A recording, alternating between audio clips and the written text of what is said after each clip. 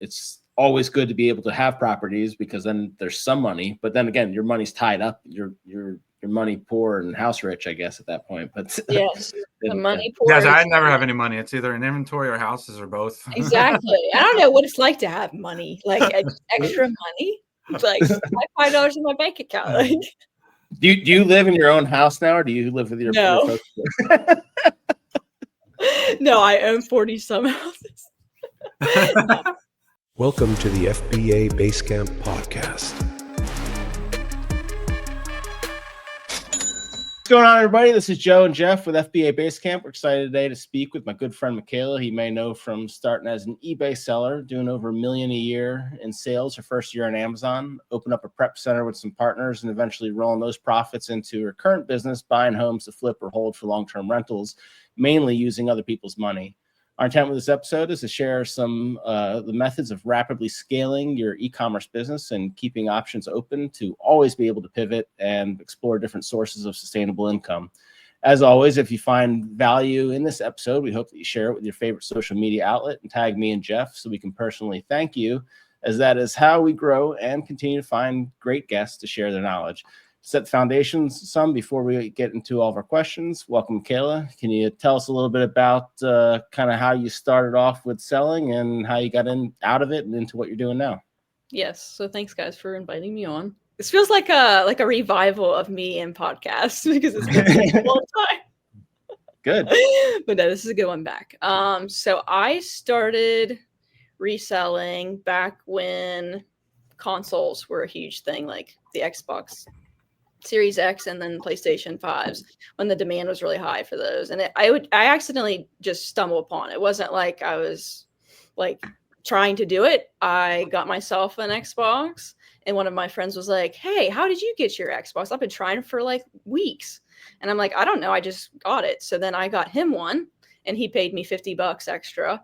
Because I didn't, like I said, I wasn't trying to like make money off this or anything. I just did it for my friends. And then he told his brother, and then he told his friend. And then so it kind of just slowly evolved into me getting Xboxes and PlayStations for people. And then I ended up just getting a bunch, and I sold them on Facebook Marketplace. And then that was in the summertime. And then by, I think it was either September or October, I actually started my eBay account. And so I sold a bunch on there. I think I did like maybe 50 or 75,000 my first or second month on eBay, just selling consoles. And then I got into botting.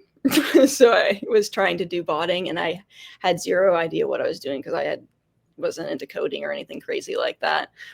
So I met a couple people, and they kind of taught me how to do it. And he was also involved in eBay too. So he kind of became like, I guess, my like mentor almost. And so we were slaying eBay at the time. I did PlayStations, Xboxes. I did like Funko. I did like collectible toys. I did like GPUs and stuff. Pretty much anything that was like resellable, I was selling on eBay. And then the following year in January, I tried to get on Amazon. Sorry, that was in November of that same year. I tried to get on Amazon, and at that time, like, I didn't have like things ungated because I had no idea how Amazon worked. So I said, "This is stupid. I can't sell anything on here." So I'm like, I'm just going to stick to eBay. Like, that's what I know. So after Christmas, things started dying down.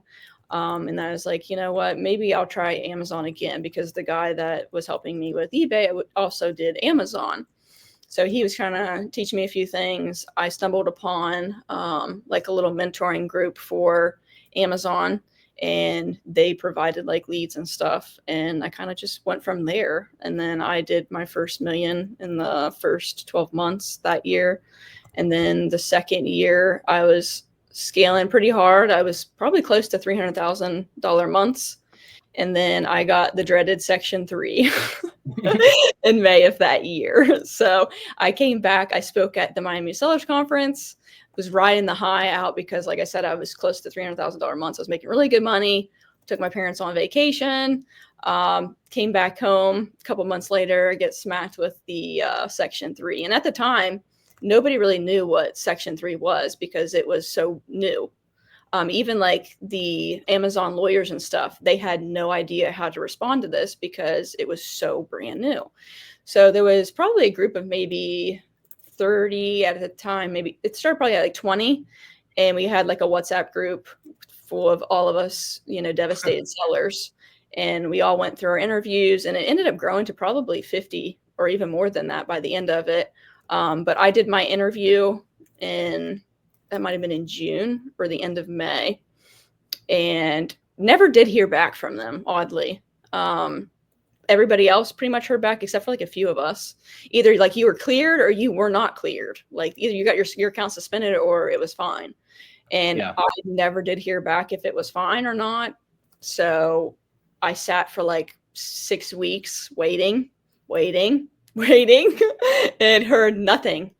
So at the time, I was actually just liquidating everything that I had in my store because I didn't want to take the chance of Amazon turning around and saying, like, you can't sell anything at all. Like, your money's gone, your inventory's gone.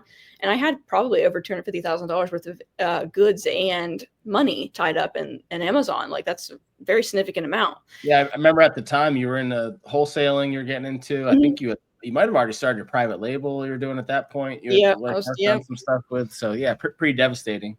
Yeah. And I gave up medical school to do all this. Well, I mean, it wasn't to do this, but I had health issues. I've had lots of ankle surgery, lots of hip surgeries in the past like 5 or 6 years, but I gave up my acceptance and did this full time. So like finding out that what you thought you were going to be doing, like, because my end goal for all of this was to do like 8 figures with Amazon. That was my goal. Like, I wanted a warehouse, I wanted employees, I wanted like the whole 9 yards. Like, this is what I really wanted. So then to find out that like that dream possibly would be crushed, it's like, it was devastating. Like, I can remember that it was in the thick of it. I was on the phone with my business partner, Ricky, and I was driving back home and he was talking to me about it, and I was upset. I ended up pulling into the parking lot at McDonald's and crying on the phone with him. And he's like, Makayla, you got to pull yourself together. And I'm like, Ricky, you don't understand. Like, I'm possibly losing it all. Like, everything that I've built over the last year and a half, like gone. And he's like, listen, Makayla, you did this. He said, how much did you start with whenever you first started? And I said, I think maybe $3,000. And he's like, okay, you started with $3,000. You did $1 million in sales. You bought your first rental property. You had the car that you love. You made it work. He said, if you can do it then, you can do it again. Like, so I'm like, you know what? He's right. Like, I can do this. So I picked myself off the ground. It was like something, you gotta do something. So I'm like, think of like, what do I really want to do? And the year prior, I actually bought my first rental property in my hometown, and we ended up doing it. It was a family affair, basically. Like, we all did the renovations, and we can talk more about that later, but bought my first rental property. And so I already had kind of like an intro to real estate. And I'm like, if there's anything else that I want to do, it would be real estate. So I'm like, I might as well do it. It's make or break at this point. So like I said, I liquidated all my stuff, took a loss, major L on a lot of things, and threw all of my money that I had into 2 different houses. I was supposed to flip them both, but didn't end up, which we can also talk about that later. So yeah, it all started basically with flipping consoles to then now I flip houses, which is like my new tagline, I guess is what you'd call it. Flipping consoles to flipping houses. Nice. Yeah, I want to say like that year when that happened, I had actually called you because we had done stuff with our little mastermind group that we had, and you had helped us out with some of it. And I think I called you for like, can you just look at some of my stuff to make sure I have like pricing right in this? And then you went through the whole thing with me on like and you're like, yeah, everything looks good. And I'm like, all right, cool. Cause I had seen the January slowdown where I was like, man, I was like, what happened? And it's like, it's January. It happens to everybody, but you kind of reassured me with everything. And then I saw what was happening. And I was like, oh man. So you never officially got like completely stopped from selling. You had no idea what was going to happen. So you just didn't want to send anything else there and take that risk. Yes. Okay. So I did not hear back from them at all during Ever? that period of time. Ever. Never. And It's got like this, we'll reach out to you shortly thing, the 3-week thing. Well, this is where it gets interesting. So I didn't hear anything back from them. So that Christmas, I don't know if it was that Christmas or the year after. It was that Christmas. That Christmas, I ended up sending in a couple of pallets worth of stuff because I'm like, okay, it's been like almost 6 months. Like if they were coming after me, I would think that it had been done by now. So I ended up coming out of retirement and sent some stuff in and sold through that during Christmas. And then it was the beginning of last year, went to Miami Sellers Conference again, spoke again. And then after that, I think I took like a hard look at things. And I was like, I don't want to keep doing this anymore. Like, I just don't want to keep doing this. So I sold out of everything that I had. And then I think it was like maybe a month later, it must be Miami Sellers Conference. Avery, I think it's cursed because it's right after Miami Sellers Conference when I have issues. So after Miami, I think it was like about a month later, I got an email that your account is under review again. So I'm like, oh my God. And so I honestly did not attend the interview. I did not. It is technically suspended at this point in time. It's deactivated. But I did not choose to attend the interview. At that point, I say, whatever they've got left of mine, oh, well, I just want to be kind of done with it. I don't want to go through the interview again because the interview was like an interrogation style thing. And at the point in time, I had no intention on ever selling again. So I'm like, I really don't care at this point. So I just let it go. So then it did end up getting suspended, but that was almost a year later. You know roughly how many properties you were up to at that point when you made that decision that, okay, I'm done, I can wash my hands clean of this? That was 2024. It would have been the beginning of it, right? Yeah, it was like 4. Then you ended 2024 with like 35, right? Yes, 30. So you were buying like 3 a month almost. Yes, the first 3 months of the year. So my goal for last year was 12 rental properties, or 12 properties in general. 12 properties bought for a full calendar year, or 1 per month. And so I did the first 12 and the 12 in the first 3 months of last year. Yeah, that's a lot of properties. Yeah, it's a lot of properties for somebody who has never done anything like this before. So on it's very ballsy. On the first one, I remember she reached out and she said that like she had 100% financed it. Like she just paid for the whole thing, because at that point, like, you know, it's hard to get loans. It's hard to get private money when you have no experience with it. And I think her intention was to flip it. And I was like, oh, I have experience doing this, and I have knowledge because I had built houses and done renovations and everything for a lot of my previous life.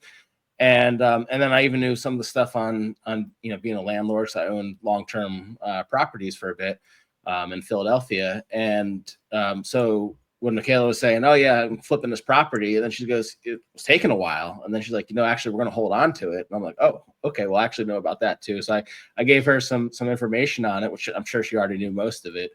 But then all of a sudden she went in from going into this flipping mentality to you're like holding them all, which I was surprised to see that you just kind of abandoned that side of it. And I guess you just got attached to all of them. No, there's a story behind it. Oh yeah. All right. We'd love to hear it. If anybody's heard this story before, you could just fast forward, but I told people about it at Miami Sellers Conference. But it's one of my favorite stories just because of what happened and like what I've learned basically from it. So the second house that I purchased, it was a flip house. It was a foreclosure. It sat on the market for, I think it was 2 or 3 years. So I went into it, probably an idiot. Who knows at this point? You can be the judge of it. But I ended up buying the house, used hard money. I ended up putting down. Oh, it was probably hard money. What does that mean? Hard money is like, it's not as strict as conventional financing. Like they don't require like a W-2 tax return, stuff like that. It's all like bank statements, basically what liquidity you have, your credit score, stuff like that. It's basically they pull money from investors and then they basically finance it out. Yep. So I did hard money for that one. I ended up putting, I think it was probably close to 30% down, which is crazy Wow. to think about now. But I was fresh. Obviously, they don't know my skills. I didn't even know my skills. So, like, who knows? So I put, like I said, I was probably 30%. And I hired a contractor, my first one. He didn't end up working out. Yeah. He worked That there happens for a sometimes. couple weeks. He got fired. I made my dad do it. I said, Dad, tell him. I'm like, Dad, you have to tell him. Because actually my dad was supposed to be the one renovating this house because he is a union pipeliner and his work is very seasonal. So he was actually laid off at the time. And our goal was for us to kind of do most of it. And whatever we couldn't do, we were just going to sub out. Yeah. So he got called back to work like 2 weeks after I bought this house. So I had to learn the ropes of Yep. doing this myself really fast. So Probably on crutches. no, not this point in time. Not this one. No, not this one. I think I just got off crutches. But I had to learn real fast. So the first contractor worked for a few weeks, then got fired. I had purchased 2 basically back to back. One was a flip and one was supposed to be a flip as well. So both of them were supposed to be flips because at the time I had about 6 months in reserves from Amazon to kind of keep me going because I didn't have a full-time job. I didn't have another kind of income. So I said, okay, like I'm going to take the profits from these 2 houses, obviously, and then keep it going.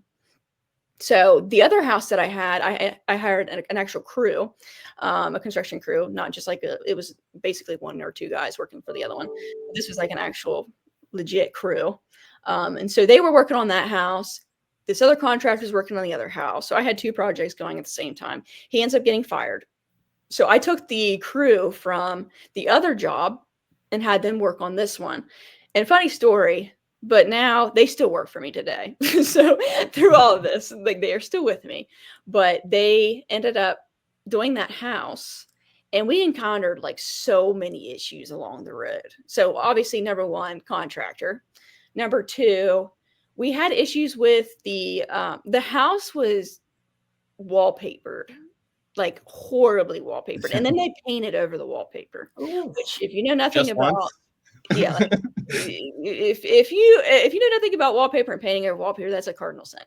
So I ended up, instead of spending like many hours of them scraping it off and spending all the time possibly like fixing the drywall from, them trying to rip it off, I just had them just drywall over top of it. So obviously I did not expect to have I think it was a little over 2,000 square foot house completely re-drywalled in the budget. So that obviously added to the timeline and the budget. And we went over budget, obviously. And it was my first real one too. Like obviously most people are not going to hit it right on the head. But and then this is where it gets really good. My neighbor, I love her. She's my favorite person in the world. She must have had a vendetta against me because she just wanted to make my life a living hell. I didn't do anything to this lady, mind you. Did nothing to her. Nothing at all. I had good conversations with her. So I didn't see this coming. But she came up to me one day and was like, hey, the septic, the people that owned it prior to you, they had some issues with the septic system. And I'm like, okay. Mind you, I did not do a septic inspection because green, very green, no idea. This is how all this works. I had a regular inspection, but not a septic inspection. And she said that it was backing up into the basement and they ended up replacing the line and everything else. And I'm like, okay. I'm like, we don't have any issue with it right now. I'm going to end up bringing somebody out to hopefully snake it and not snake it, run a camera down it and see what they can see. Mind you, this house sat empty for like 2 or 3 years. So like we didn't even have enough in there to even know for certain. Yeah, was it cast pipes though? No, Okay, it was all replaced all the way down to the yeah.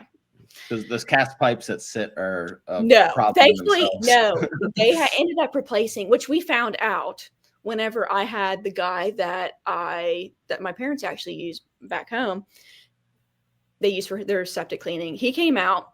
He took the camera all the way to the leach field and was like, okay, I I don't see anything that looks like anything concerning. He said, like, they have replaced all of this down to the tank itself. The tank looks fine. The tank may be a little bit small for this house because I was turning it into a 4-bedroom house. But he said, I do not see anything, any signs of cracking or anything that would indicate that this needs to be replaced.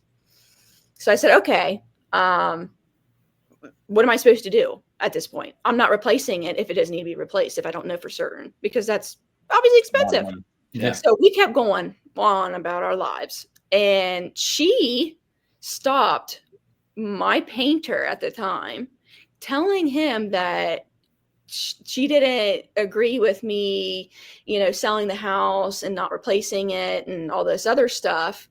And I'm like, I had somebody check it. Like, did you see their van? Like, I know you saw their van because you saw just all day. I know you saw them pull up in here. You were here. I was here. Like, what are you talking about? So I let it go again. And she ended up coming over again and talking to my construction crew. So I went over because I was back at home, and I lived like 45 minutes from this area.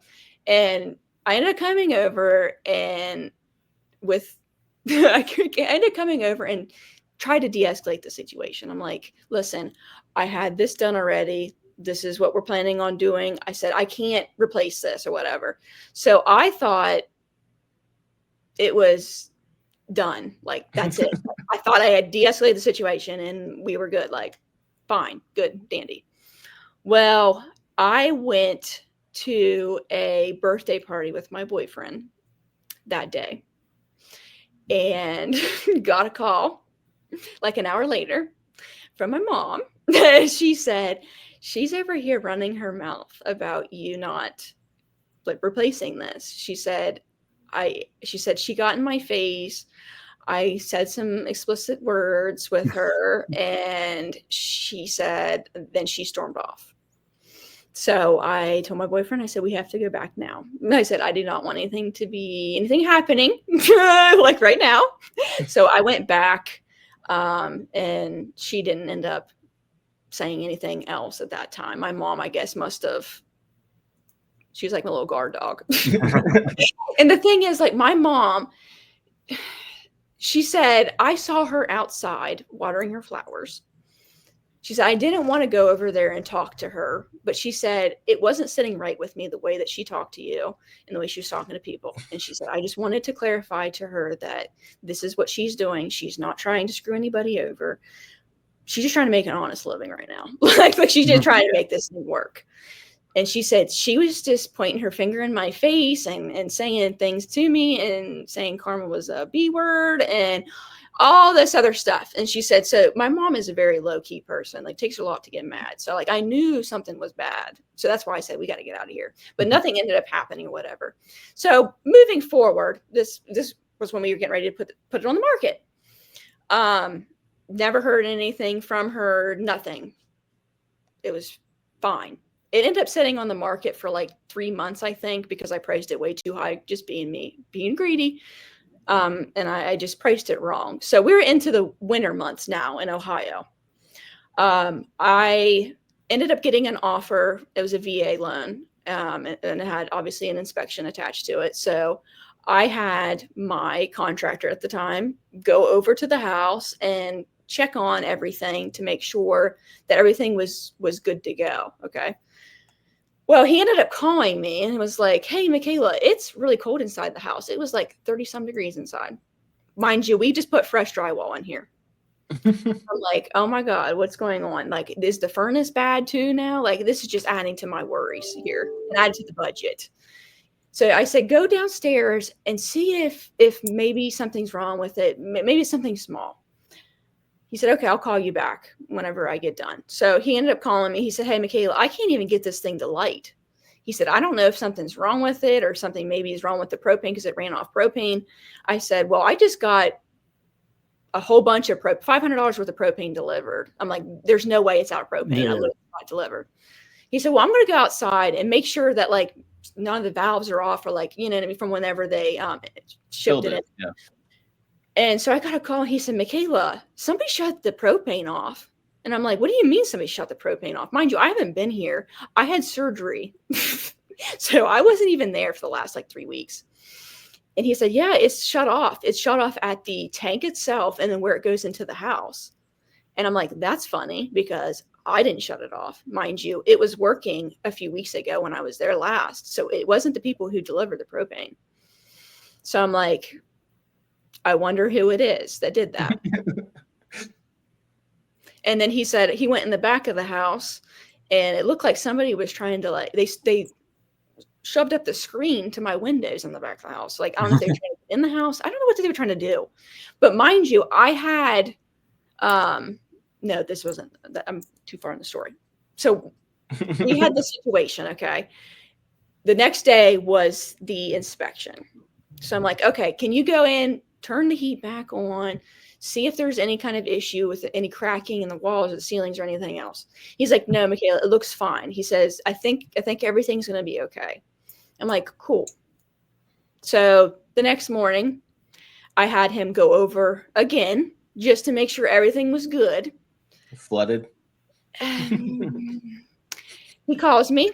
He says, so I checked everything. Everything looks fine. And I'm like, oh, great. That sounds great. He said, hold on. I got to go downstairs real fast and grab something that I left down there. And I'm like, okay, cool, whatever. 5 minutes later, Makayla, it's like a geyser down here. He said, when I started walking down the stairs, I started hearing the water flowing out of the house downstairs. And so it flooded my basement. There was 6 inches of water in my basement, like 2 hours before inspection. Oh my God. 2 hours. So I'm like freaking out because this house is set on the market. At that time, it was about 2 months. I had a hard money loan. It was probably close to $1,200 or $1,300 a month for the interest that I was paying. So time is money. So I said, what do we got to do? Like, what do you got to do? I said, call my dad, have him bring mops and a bucket and stuff to fix the pipe with and do whatever you got to do. He said, Makayla, there's only 2 hours. And the Lowe's is like 30 minutes away almost. I'm like, I don't care what you got to do. Just go. Go right now. I'm like, I'm going to call my dad. So they ended up getting everything mopped up and everything, and he got it shut off. But obviously, they had to turn off the outlets in that room, that breaker, so that obviously didn't short out. So the inspector, I called my realtor, and I said, hey, this is what's going on. I don't know what to tell you. Can we push it back a day? He said, no, he's on his way. Jeez. I said, oh, great. So he came, my dad and him, he's my project manager now, Corey. They talked and told him what happened, explained the situation. He said, I'm not going to put anything in the report about it because I see you guys have already fixed the situation. It just needs to dry out. There's no kind of damage whatsoever. It just needs to dry out. And they're like, cool, that's fine. Well, he lied. He did. He put in there that the basement was flooded. Didn't say why or that we fixed it right then. Everything was already good. Oh my gosh. It was done. What's wrong with people? I lost that offer. They backed out. So it was back up on the market again. I ended up putting cameras up around the house just to make sure that nothing else, was done. Got shut off. Yeah. So then this gets better. Since I had cameras, I had one of them pointed towards the edge of my property line, just to make sure that she didn't try to come over or whatever. I got a text I didn't. My realtor got a text from another realtor saying that the neighbor was telling everybody that the septic system was shot. So I went back on camera because I obviously had them on and saw her come over to my property line and tell them that. So guess what I did? Restraining order. I reached out to my lawyer and had him send a cease and desist letter. So I sent a cease and desist letter. because I had all the evidence in the world, text messages, video proof that she was trying to wreck the sale of my house. And let's just say I didn't hear from her ever again. And this is all on your second property that you bought. Yes, Wow. this was the Quite second the property. adventure. Holy cow. And you still continued past then. Yes. So And you kept I the last ended up, name the same too, I guess, after all. I ended up losing probably close to 20 grand, maybe it might have been 15 Yeah.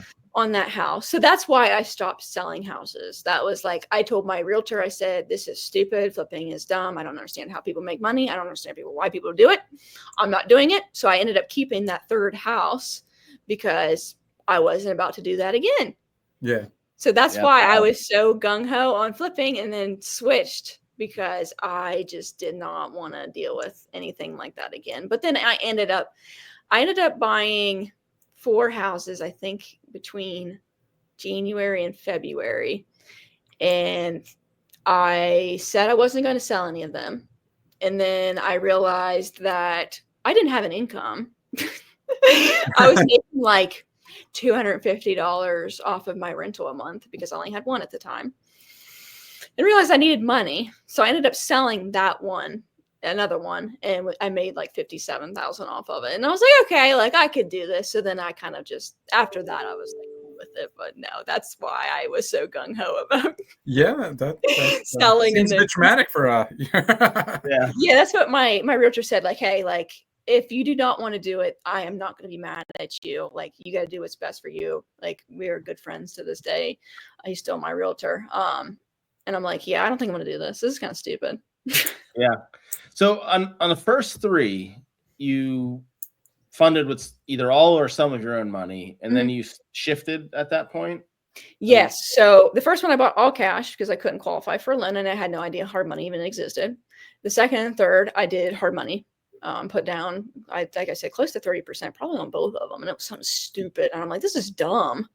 And like you had to do draws and everything else. And I just wasn't loving the whole hard money system. Was that like But a at that 203K time- type thing, or was that something different? What'd you say? Was it like a 203K type thing, or was it something different for renovation loans and stuff that you got on top of that? It was all together. Oh, okay. All right. They would fund 90%. Well, not 90% at that time. It was closer to probably 75, 70%.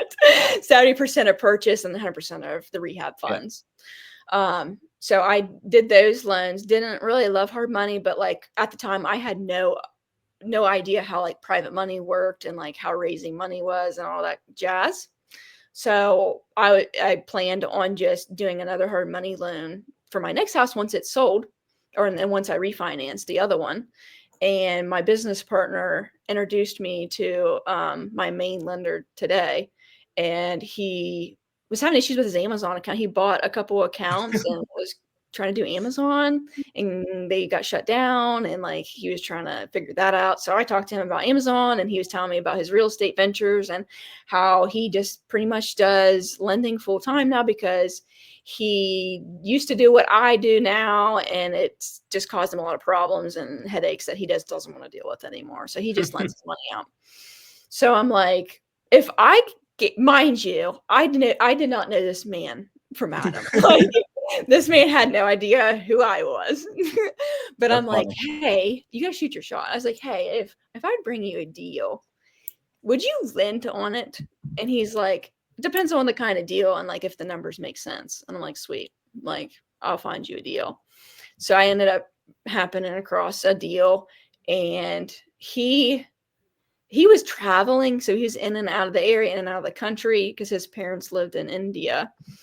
So I did not hear back from him until the end of December. So it was probably a couple months since I met him at that point. And so we were just hit and miss. Like he was able to talk. I really wasn't able to talk. So I was like, I don't know if this is actually going to work out. But I ended up sending him a deal. We ended up talking about it. He's like, yeah, I'll fund it for you. I'll do 100%. And I'm like, sweet. This is the best thing I've ever had in my entire life. So he ended up funding that deal. And then he ended up funding 3 more after that. Mind you, he did not. And to this day, I'm eternally blessed to have met him because he really kickstarted my entire, like without him, I would not be where I am today because like he believed in me. He knew somehow that I would pay him back and that I would make this thing work, even though I had pretty much no experience at this point in time. It was very minimal. And the one that I did do blew up in my face. So owe him my whole life pretty much at this point.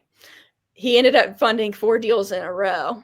And then now he's probably, it's over $1 million easily at this point. We're probably crossing close to $2 million at this point. He has probably, at this point in time, I probably have close to probably 500,000 in loans right now from him. So like he saw something in me and was like, yes, I'm gonna give this girl from the Midwest my money. How did you figure out like what you were going to do with the contracts and how much you were going to pay him and like all the different, did you just look stuff up and see what the normal was, or was he already in doing this and he just said, here's what my normal contracts Yeah, so he are? already told me he Okay. did 15% annualized. So like he already set the tone for me. So he had his own contracts drawn up by his own lawyers and stuff because he's been doing this, like I said, full time. So he had everything ready to go. He's very seasoned. I did not know. I was worried going into this because, like I said, we did not know each other personally. I had a phone conversation with him a couple times and texted him. I didn't even know if he was going to send the money. Like, was he going to send it to escrow? And was I actually going to buy the house? Up until it actually happened, I had no idea. Like, I'm like, is he actually going to send the money to my title agency? Like, am I actually going to buy this house? Am I going to have to tell this person that I just got catfished? Like, like, I don't know what to say. But he ended up pulling through. And like I said, we've done probably close to 2 million easily. And he made over $60,000 off of me last year alone. So he's a happy man. Yeah. So at that point, you were using subcontractor or general contractor crews and your family some. You had, one major private investor, and now you're into, you said over 20 people that are under your payroll at this point. Yes. I think we're at 23. We have everything in house at this point in time. My mom runs my demo and clean out crew. I've got 5 other construction crews working for me at this time. And then for like the cleanup and for rentals and staging everything, we do that ourselves. So me and my mom, we clean the houses. So we keep it all in house, because when you start approaching like the volume that I am getting towards, if you do not have everything in working order and like know where everything is going, control the schedule. I mean, it's yes. it's If I don't have awful. control over it, it just drives me nuts, because I'm waiting on this person's schedule and this person's schedule and this person's schedule. If I just hire them and they work for me full time, I don't have to worry about this schedule because I make the schedule and it's my decision. Yeah, So, you can shift crews to meet yes, we we do it something and all change the it. time. If something gets held up, which it always does, Always. inspections, whatever else, you can shift. Now, are you doing long-term rentals, or do you do any of the short-terms? I know Jeff does a good amount of short-term rental. Do you do any long-term, Jeff? Nope, All nope, short-term? all short term. It's all short term. No, I honestly don't have any short term. I want to get one. I want one in a destination that I would like Florida, for example. Yeah. And that's Like, exactly how I got started. I wanted exactly. That's what everybody tells me. I wanted a house that I wanted to ski at. So I Perfect. found one I That makes wanted. me And then when I was looking, I bought it, without seeing it, but then when I went to do the inspection, I was like, well, we should look at some other houses just, in case this one falls through. And then I found another one. So I was like, well, we'll just buy both of these. It just and, may, yeah. And, and just, same thing. It was, I wanted a place that I could, be able to stay at the ski and mountain bike, and hey, let's try to figure out the rental stuff. So, okay, it's fate. then, it's my fate. I need one down here now. Well, you have a decent portfolio at this point, Jeff, right? Like you I mean, I didn't go as hard as you, but I closed like 10 properties in like about a year, 18 months or whatever. But at that point I was still running, the Amazon business, and this was just a side hustle. And then and stood up 2 different locations. First it was we always had the debate, did we want a beach house or a mountain house? Like, when we dreamed, if we ever actually have any money, which one would we get? And then eventually we got the mountain house. And then after we, stood up operation in the Mountain House area. Then we got some of the beach. So now we got the Jersey cool. Shore and the Vermont mountains, and Oh, that's cool. Yeah, I mean, that's where we stay. That's where we travel. It's like, okay, which house are we going to stay at this time? Let's stay there. That's the dream right there. Jeff, you have a property manager though. I think Makayla, you said you are the property manager, right? Yeah, I'm everything. No, I had, the problem with short term versus long term, and obviously they both have the pros and cons. But short term, I got I have 1 to 3 guests every week per property, so it's it's nonstop like communication. And I did it.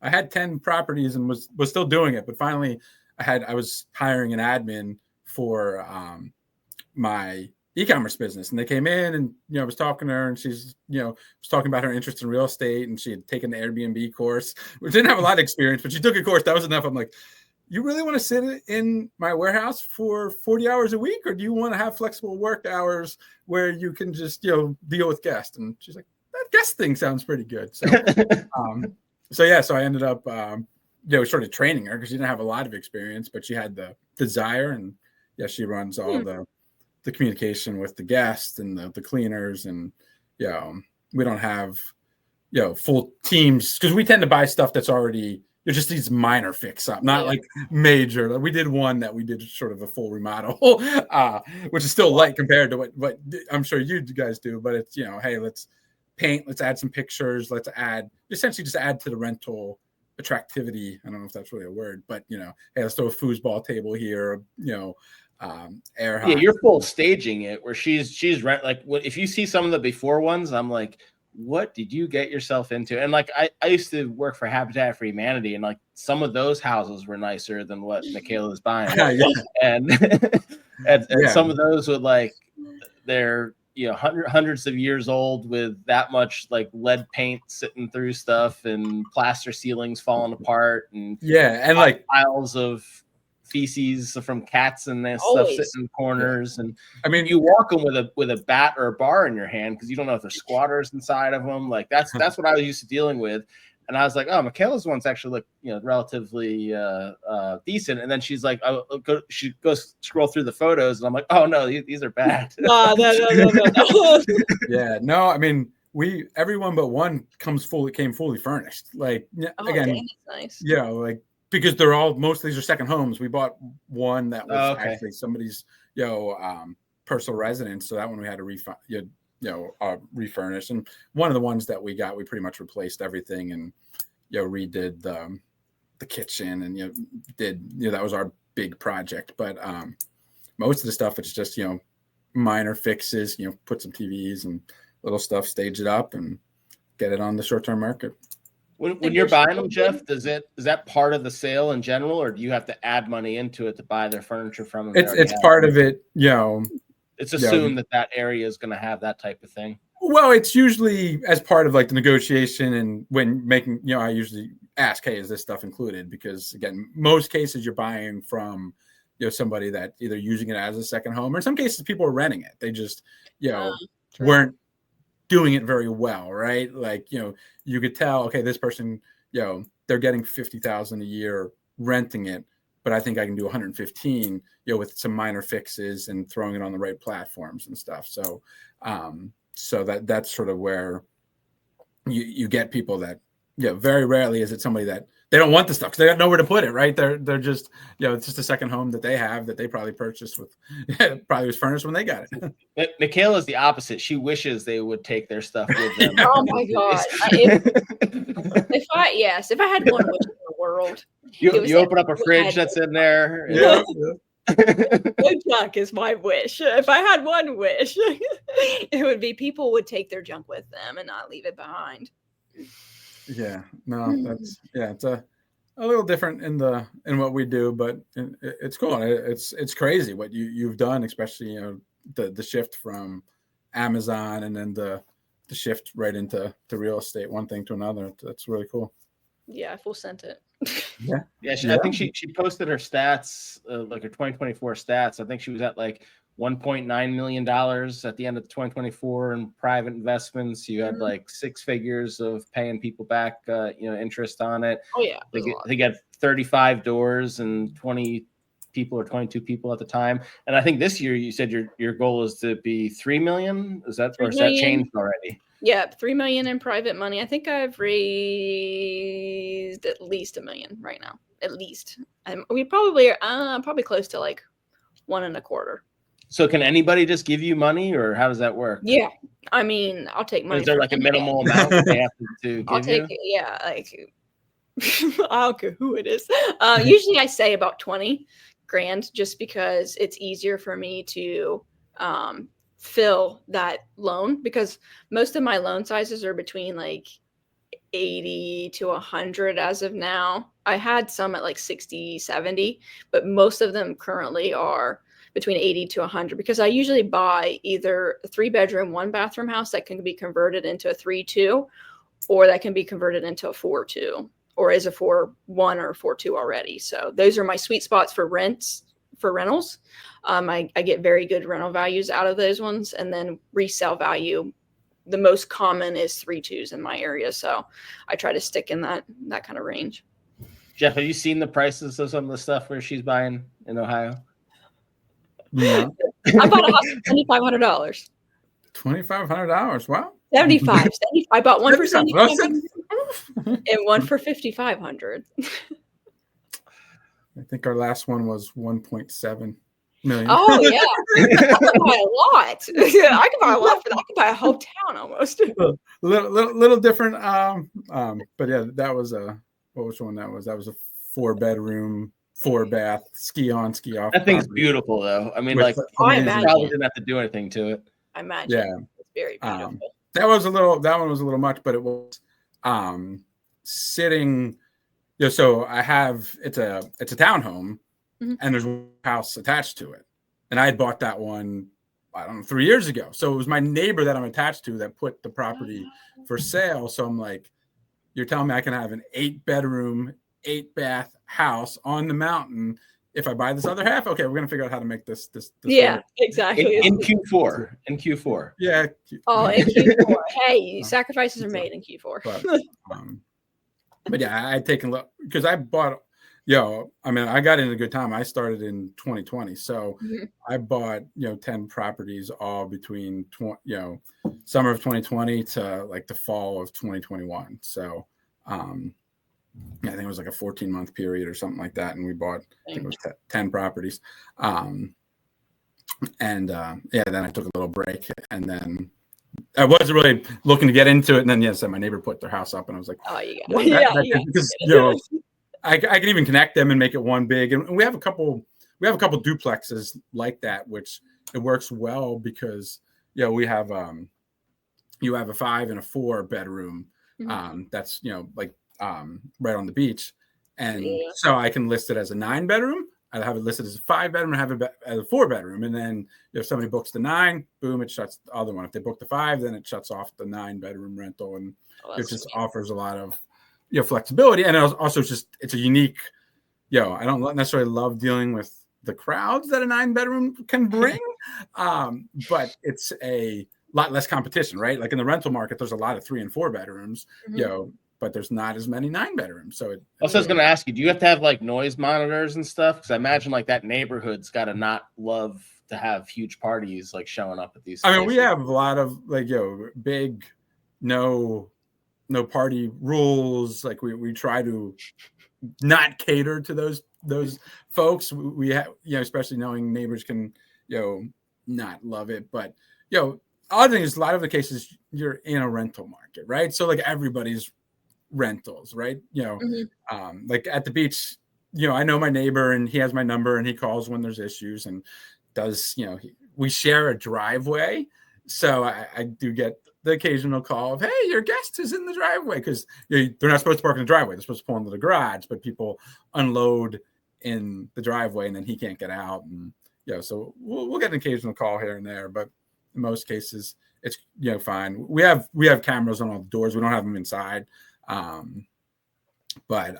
we don't have noise monitors, but that is something that They do have them where they hit a certain decibel level and then they alert you, and then you got to contact them like, hey, you got to tone it down, quiet it down. I know any of the vacation areas make me nervous just because, I grew up in South Jersey and friends would go over to the shore and they'd party there. And there's one instance where I have a friend who is no longer allowed to enter Sea Isle City, New Jersey. And it's because he had rented a property under his name. Friends stayed there. He had to leave like 2 days early or something, put his one friend in charge. So just make sure, everybody like behaves themselves. And that friend left. And it turned out there were fires being started in the living room with the kitchen table. People punched holes in the walls and were using that as trash receptacles. It turned into just mad party house where the place got completely destroyed. So he's at home like working or something and gets a phone call like from the landlord, like hysterical, and was like, if you don't come back, you're going to lose your security deposit. So he calls like somebody else and it's like, what happened there? And they're telling him, like, they're showing him like pictures and they're like this, and they're like, yeah, that's bad. So he calls the guy back, says, yeah, just keep the security deposit. So then they take him to court and he was like, what? I wasn't there. He's like, all this stuff. So the judge eventually was like, your name is on it. Somebody has to be held responsible for it. But then they found out that he didn't have the landlord didn't have all the right paperwork to be renting in that area. And they dropped all the stuff. The guy's insurance didn't cover any of it because he wasn't supposed to be renting the house. But in there, the judge is like, this is too bad to let this go. We can't, have any fines or anything on this, but like, you are no longer welcome in Sea Isle City, New Jersey. So if he ever drives through there and gets pulled over, he'll be arrested. Wow. He's like not allowed in the town under any circumstances for any reason to go into there. Because they were like, we have to do something. But yeah, the landlord ended up having to eat all that. I mean, he felt awful. Like, my friend's not somebody who was like, I got one over on you. I'm sure he felt horrible about it. But it was a situation where, again, it's like, trust a friend, that friend trusts another friend, and then all of a sudden you don't know who's running the thing, and it turns into this madhouse because everybody thinks they can do what they want to do. So yeah, all the vacation areas, because of like those kind of stories, make me so nervous. And are you at the Jersey Shore? Is that where you? Yeah, we're at the Jersey Shore. So we're in Ocean City, New Jersey. So it's a dry town. Yeah. So that helps a little bit. It's not like except for the liquor store right outside the town. Right outside, yeah. The most popular business giant grill on top. It's all blowing around all the time. But, yeah, I mean, we don't rent. You got to be over 25 to rent from us. We try to push that, and knock on wood, we haven't had a lot of issues, especially compared to Makayla's second house there with that neighbor and flood. Yeah, we did have somebody that decided to put out the fire extinguisher all over the house at some point. But so far it's been minor issues, but it comes with territory. My first property, I had a guy that when they sold it to me, the day of the closing, all paperwork was signed.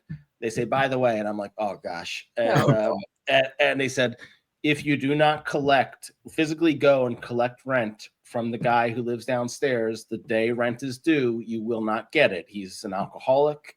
He was a former vet. And he had some major mental, issues that he was dealing with. And he was open about it too. He's like, I'm not right. Like, you need to come get this. I'll never send it to you. So like, I'd go pick it up. And the one day there's blood like all over the door. And I'm like, what happened? And turns out the guy had locked himself out. Oh my and he tells me someone broke in. So I go and I'm talking to him. He's got bandages all over his arm. He tells me someone tried to break into the back door. And I look at the back door and there's broken glass and blood all over the back door. And he said, and he had to get them to leave, and they broke the door. And I'm like, are you sure you didn't hit this with your shoulder and try to get into it? Like, no, this is from something completely different. And I'm like, all right, guy. Like, and it was awful. Trying to get paid from him was a mess. And then sometimes he would just go MIA, and he'd smoke inside the place. Like my now wife. Her and I were dating. I don't know how I got her to do this, but she helped me like clean that place out after he left. And I thought the cabinets were like mocha color. They were not. They were white. And we just like mopped off the thing, and just it was insane. So we gutted the whole place pretty much, and redid it. We had it's a college area. It's in like the Roxborough area of like Manayunk and like Philadelphia, where it's like that's all colleges and everything. Yeah. Bike race goes right by it and everything on Ridge Ave, and it was a mess all the time, because it was like you'd have these kids that we get a call from the neighbors above that were like a family that lived there. It was a duplex. And I said, hey, we smell smoke. I'm like, get out of the house, call the fire department. Like, what are you calling me for? And I'm like, thank you. But like, so I tried calling a downstairs tenant, and they like go back to their house, and they gave me this whole story. She's like, I'm a 4.2 GPA student. Like, I didn't leave the stove on or something. I'm like, what happened? And turns out she says the cat turned her stove on. It turned on some ramen that was on there. So apparently it opened the package, dumped it in there. I guess. While she was out trying to get a sandwich from somewhere. And I was like, it's a talented cat. So wow. Damage all in the downstairs. It was a mess. So we had to deal with that. And there's so many crazy things. And then right when we were selling it, same thing like you're saying, Makayla, we were selling it. No problems at all. In fact, like they had two different boilers, a 25-year-old one and a 30-year-old one when I bought it. And I'm like, I bought the whole insurance for everything on it, for the extra insurance and everything when I bought it. So I was going to live in one of it and rent out the other. And I ran those things so hard because I wanted them to break so that it would be, covered on a thing. They were on their last leg. Well, they lasted another 10, 12 years until the week that people were like looking at the thing. And then the one died. And I call people, try to get some new things. They're like, it's going to be like $12,000. They don't make this thing anymore. You're going to have to like fit all this different stuff and upgrade these different things. And I'm like, just to get out of this house, like seemed like absurd to do that. So we ended up finding a place that manufactured some little component that was on it that fixed the whole thing. And it was like $200 versus, doing everything else. Got out of that one, and it worked perfectly after that. I even had talked to the realtor before that ended up selling the house to the new person that lived there, and the stuff they didn't have any problems with it. They sold it again later and still had no issues. So it was those boilers were crazy, but yeah, it was like game day. Like all of a sudden heat's not working. I'm like, great. And then we had so major cities like Philadelphia, they have the storm drains drain into the sewer drains, or the sewer drains meet the storm drains. And if they get overflowed, they can back up into the houses. And that's what happened. So like, again, I'm getting ready to sell this thing, and I got a call saying that the basement's flooded, and I go there and it's flooded with, basically sewage, because it had backed all up from the entire street up the way. Philadelphia is like, no, it's not us. Meanwhile, they send a jet truck down the street jetting everything, and they say, okay, yeah, just fill out this paperwork. We'll send it to you in the mail. They never sent the paperwork. The whole neighbors, none of them ever got paperwork. All their basements flooded. And Philadelphia was like, we didn't have any issue with this. We're like, we saw your truck drive down the street. But yeah, again, it's all on trying to sell the things. It's amazing what can come up. But yeah, sounds like at least you've been lucky on these last ones, then, Makayla. Yeah. Knock on wood. So what are your goals? So you're going to continue buying to hold on to for rentals? Yeah, so $3 million in private money. It was 50 total rental properties. I'm close to, I think, 30 now. And then 10 flips. And yeah, I think that was it. I think you said that what's that?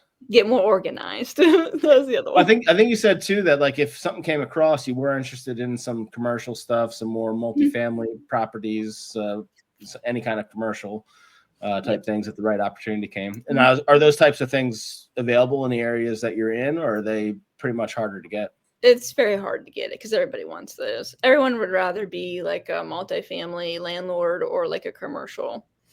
Yeah. That's just... So if there are any available, they go for stupid prices. The hot tickets are the laundromats, the car washes, the there's hardly any of those where I live either. So. Oh, really? Yeah. There's where I live in Texas, there's storage places everywhere because nobody has any basements. So there's storage facilities everywhere. There's an RV park like every as much as there are like CVS's on the East Coast, there's like an RV park. There's just so many of them. They're every mile there's one. And you'd think like, okay, there's so much competition, nobody's going to be using them. They're always packed with people either living there or storing their stuff there. It's amazing.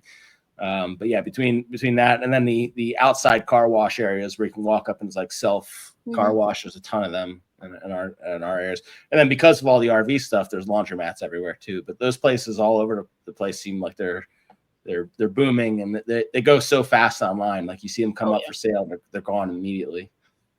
So you all localized in the same area, all the properties, or do you have? They're all within about a 50-minute radius. Oh, that makes sense. Now, you talked about how you sort of got introduced to that first sort of private lender, or I'm not even sure what the right word is for it, but how are you? Is you go through him, or how do you sort of find the funding for this stuff? So he lends as an individual, and he's my main lender. Like I said, he lends close to either $500,000 to even closer to $1 million at a time.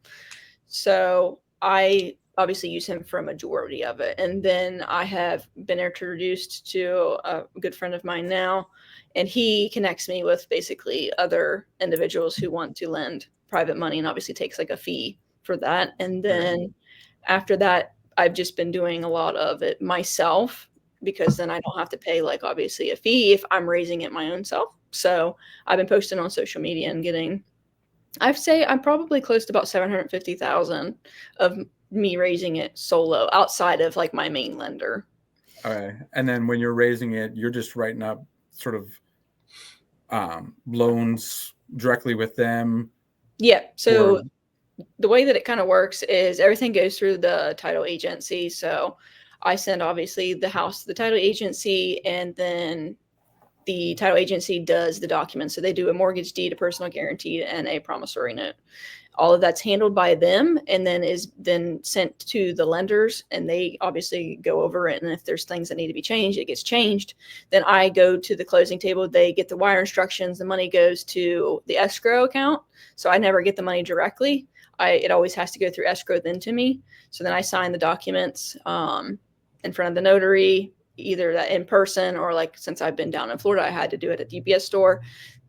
Either send the documents back through FedEx overnight, or obviously it gets sent if I'm there at the actual title agency, then I do it there. And then they release the funds as soon as I sign. So worst case scenario, because you have all those things in place, like lenders should be getting their money back or take over the deed. In theory, yes, they should be good. Is anything guaranteed in life? I can't say I can't say 100% you're going to get your money back or whatever. Like I'm not going to be able to tell you that, but I'm going to tell you that I am going to do whatever it takes to get your money back, whether that means I have to sell off, like liquidate other parts of my portfolio, whatever the case may end up being. I will make sure that I get it back to you. Because at this point you have 30 other properties that you can leverage if you're something catastrophic. So, it's just you don't want to be tied up with your own money and that way you can continue being. That's what people always ask me. Like, you've got so many houses, like you're making good money, blah, blah, blah. Why don't you use your own money? And it's the same thing with any other business. Like, why would I want to put my money into my business when I could have somebody else lend me money and I can do, things with my money, like invest in other businesses, use it for like overages when we go over budget on things, or when I decide I want to buy my own house, like things that I want to be able to do with it. And it just makes more sense. And obviously I don't have, at this point in time, I've got probably 8 houses, whether they're being fixed right now and getting sold or being rented or in limbo, easily close to $1 million. I don't have $1 million to just be like, here, like I don't, obviously I don't. So, I mean, I can't scale as aggressively with my own money. Yeah. Well, even if you did, the banks aren't going to want to see that percentage of your money going out the door and then waiting to come back in on stuff like that. Exactly. Just not, you're going to get very bad terms, doing anything like that. Yes, you have to show some liquidity. You got to have something in your bank account to get it refinanced and stuff. So if they don't see that magic number in my bank account, I don't refinance my loan. And if I don't refinance my loan, I don't pay back my private lenders. So it's like I've got to keep some liquidity, obviously. Yeah. And then the private lenders, you're offering them 15% annualized. They get, for the first deal, I always tell them I will pay you every month. And then from the second deal forward, it'll be lump sum at the closing, the second closing, whether that's sale or refinance. You'll get so if you invested 50,000, you get your 50,000 plus whatever the interest. If it was like $4,000, you'd get all of that at the same time at the second closing. Okay. Oh, yeah, interest payments. That's why I also need a lot of money on hand because I spend close to $12,000 in interest payments now. Just because I've got so many new people, new loans out. It's a crazy. And then obviously you got your mortgage payments. I've got crazy amounts of mortgage payments. And like, obviously I get paid back from the renters, but like not all of them are paying you back on the first. Some of them are paying you back on the fourth, and like my mortgage is due on the first. So it's like, even if they pay back the first, we go through turbo tenant and it has to be held for like 3 days because it's ACH. So I'm not getting it till, midway through the freaking week. So I obviously have to have money in order to pay my mortgage too. So it's like, there are many things that people don't think about. Like whenever you'd have to hire a bookkeeper just to deal with it. Yeah. I mean, it's a pain in the butt anytime you have to fill out any applications. And it's like, for the house, I mean, we only have, I think 11 or 12 now, and it's a pain in the butt, you're filling out of, okay, this house, what is the one always gets me is what is the HOA fee? Like all the mortgage companies seem to like freak out about that. I'm like, I pay $165 a year on my HOA. Like, what are you worrying about? No, that's actually not bad at all. I pay much more than that on mine. I know. There's ones that I pay over $1,000 a month. Somehow on my last house at home, it's not that much. It's probably up to like somehow my last mortgage signing, they somehow added like an AKA to my name, so I had to sign my name, the AKA, and then a different signature for the same name. But they needed a different signature. I couldn't sign just that signature, so I had to sign every line twice for some. I'm like, how did this get on there? Like somebody at some point added this on. I'm like, they're like, it's too late to take it off now. I'll change it. Like, so I'm like, this is awful. You got to sign it 60 times on anything. It's insane. Yeah. But all right. So, do you do any coaching or anything at this point with any of this? I haven't done any. People have asked me. I've went back and forth. I don't know. It's like a moral thing, I guess, for me. I'm like, do I want to do it? Because I guess it just has like a bad rep. It can. I mean, you could do it how you did it before, where you just had like, if someone wants to do like an hour thing with you, you'll walk them through the stuff and they can give you X amount of dollars. And even yours, I think, was a fifth of what I've paid other people to do your stuff. That's why I was like, all right, I'm just going to reach out to her.